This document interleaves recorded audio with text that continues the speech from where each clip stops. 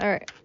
I just realized the letters are not the chapters, so they were just some extra stuff. So now we're actually getting into chapter 1. Okay, I just woke up, so my voice might be a little weird, but it'll be fine. Alright, here we go. I am by birth oh, Jesus. We're starting off rough. Okay, I am by birth a Genovese, and my family is one of the most distinguished of that republic. My ancestors had been for many years counselors and syndics, and my father has filled several public situations with honor and reputation. He was respected by all who knew him for his integrity, his indefatigable attention to public business. He passed his younger days perpetually occupied by the affairs of his country. A variety of circumstances had prevented his marrying early, nor was it until the decline of life that he became a husband and the father of a family. As the circumstances of his marriage illustrate his character, I cannot refrain from relating them. One of his most intimate friends was a merchant who, from a flourishing state, fell through numerous mishances into poverty. This man, whose name was Beaufort, was of a proud and unbending disposition, and could not bear to live in poverty and oblivion in the same country where he had formerly been distinguished for his rank and magnificence. It'd be kind of embarrassing. Having paid his debts, therefore, in the most honorable manner, he retreated with his daughter to the town of Lucerne, where he lived unknown and in wretchedness. My father loved Beaufort with the truest friendship, and was deeply grieved by his retreat in these unfortunate circumstances. He bitterly deplored the false pride which led his friend to a conduct so little worthy of the affection that united them. He lost no time in endeavoring to seek him out with the last hope of persuading him to begin the world again through his credit and assistance. Beaufort had taken effectual measures to conceal himself, and it was 10 months before my father discovered his abode. Overjoyed at this discovery, he hastened to the house, which was situated in a mean street near the Rios. But when he entered, misery and despair alone welcomed him. Beaufort had saved but a very small sum of money from the wreck of his fortunes, but it was sufficient to provide him with sustenance for some months, and in the meantime he hoped to procure some respectable employment in a merchant's house. The interval was, consequently, spent in inaction. His grief only became more deep and rankling when he had leisure for reflection, and at length it took so fast hold of his mind. There, at the end of the 3 months, he lay on a bed of sickness, incapable of exertion. His daughter attended him with the greatest tenderness, but she saw with despair that their little fund was rapidly decreasing, and that there was no other prospect of support. But Caroline Beaufort possessed a mind of uncommon mold, and her courage rose to support her in her adversity. She procured plain work, she plaited straw, and by various means contrived to earn a pittance scarcely sufficient to support life. Several months passed in this manner. Her father grew worse. Her time was more entirely occupied in attending him. Her means of subsistence decreased, and in the 10th month her father died in her arms, leaving her an orphan and a beggar. This last blow overcame her, and she knelt by Beaufort's coffin, weeping bitterly. When my father entered the chamber, he came like a protecting spirit to the poor girl, who committed herself to his care, and after the interment of his friend, he conducted her to Geneva and placed under the protection of a relation. 2 years ago, after this event, Caroline became his wife. Ooh, that's not great. There was a considerable difference between the ages of my parents. Oh shit, that's right, this is his dad. Ew. Considerable age between my parents, but the circumstance seemed to unite them only closer in bonds of devoted affection. There was a sense of justice in my father's upright mind, which rendered it necessary that he should provide highly to love strongly. Perhaps during former years he had suffered from the late discovered unworthiness of one beloved, and so was disposed to set a greater value on tried worth. There was a show of gratitude and worship in his attachment to my mother, differing wholly from the doting fondness of age, for it was inspired by reverence for her virtues and a desire to be the means of, in some degree, recompensating her for the sorrow she had endured, but which gave inexpressible grace to his behavior to her. Everything was made to yield to her wishes and her convenience. He strove to shelter her, as a fair exotic is sheltered by the gardener from every rougher wind, and to surround her with all that could tend to excite pleasurable emotion in her soft, benevolent mind. Her health, and even the tranquillity of her hitherto constant spirit, had been shaken by what she had gone through.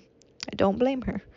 During the 2 years she had elapsed previous to their marriage, my father had gradually relinquished all his public functions, and immediately after their union they sought the pleasure climate of Italy, and the change of scene and interest attendant on a tour through that land of wonders as a restorative for her weakened frame.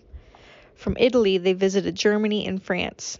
I, their eldest child, was born at Naples, or maybe Naples, and as an infant accompanied them in their rambles. I remained for several years their only child. Mild as they were attached to each other, they seemed to draw inexhaustible stores of affection from a very mine of love to bestow them upon me. My mother's tender caress and my father's smile of benevolent pleasure while regarding me are my first recollections. I was their plaything and their idol, and something better, their child, the innocent and helpless creature bestowed on them by heaven, whom to bring up to good, and whose future lot was in their hands to direct to happiness or misery, according as they fulfilled their duties towards me. With this deep consciousness of what they owed towards the being to which they had given life, added to the active spirit of tenderness that animated both, it may be imagined that while during every hour of my infant life I received a lesson of patience, of charity, and of self-control, I was so guided by a silken cord that all seemed but one train of enjoyment to me. For a long time I was their only.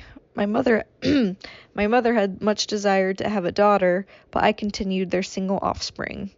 When I was about 5 years old, while making an excursion beyond the frontiers of Italy, they passed a week on the shores of the Lake of Como. Their benevolent disposition often made them enter the cottages of the poor. This to my mother was more than a duty, it was a necessity, a passion, remembering what she had suffered and how she had been relieved. For her to act in her turn, the guardian angel to the afflicted. During one of their walks, a poor cot in the foldings of a vow attracted their notice as being singularly disconsolate, while the number of half-clothed children gathered about it spoke of penury in its worst shape. One day, when my father had gone by himself to Milan, my mother, accompanied by me, visited this abode.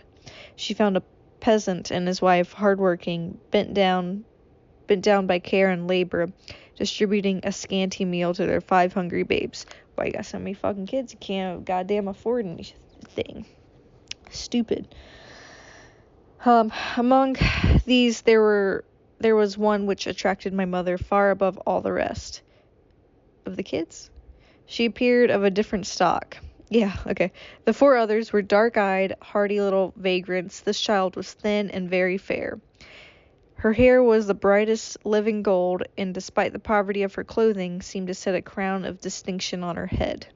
Her brow was clear and ample, her blue eyes cloudless, and her lips and the molding of her face so excessive of sensibility and sweetness that none could behold her without looking on her as a distinct species, a being heaven-sent, bearing a celestial stamp in all her features. The peasant woman, perceiving that my mother fixed her eyes of wonder and admiration on this lovely girl, eagerly communicated her history. She was not her child, but the daughter of Milanese noblemen. Her mother was a German, and had died on giving her birth. The infant had been placed with these good people to a nurse. They were better off then. They had not been... They had not been long married, and their eldest child was just born. Their father of their charge was one of those Italian nurses in the memory of the antique glory of Italy. One among the Schiavi Ogorno Fermenti, who exerted himself to obtain the library of his country. He became the victim of its weakness. Whether he had died or still lingered in the dungeons of Austria was not known. His property was confiscated, the child became an orphan and a beggar. She continued with her foster parents and bloomed in their rude abode, fairer than a garden rose among dark-leaved brambles.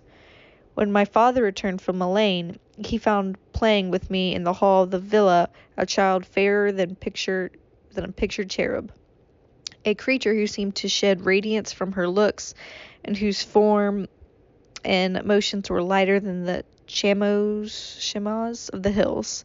The apparition was soon explained.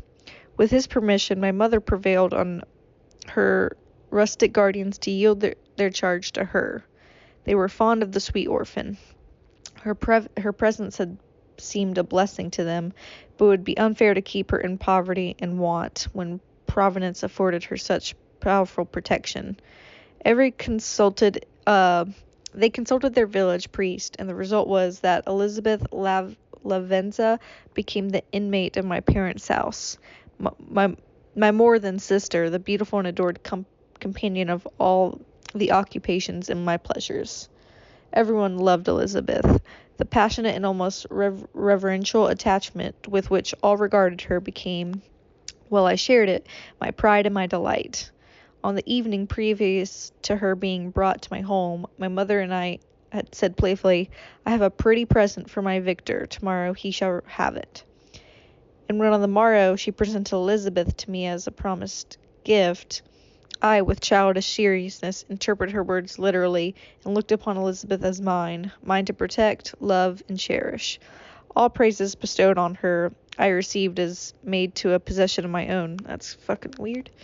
We called each other familiarly by the name of cousin. No word, no expression could body forth the kind of relation in which she stood to me, my more than sister since death, till she was to be mine only.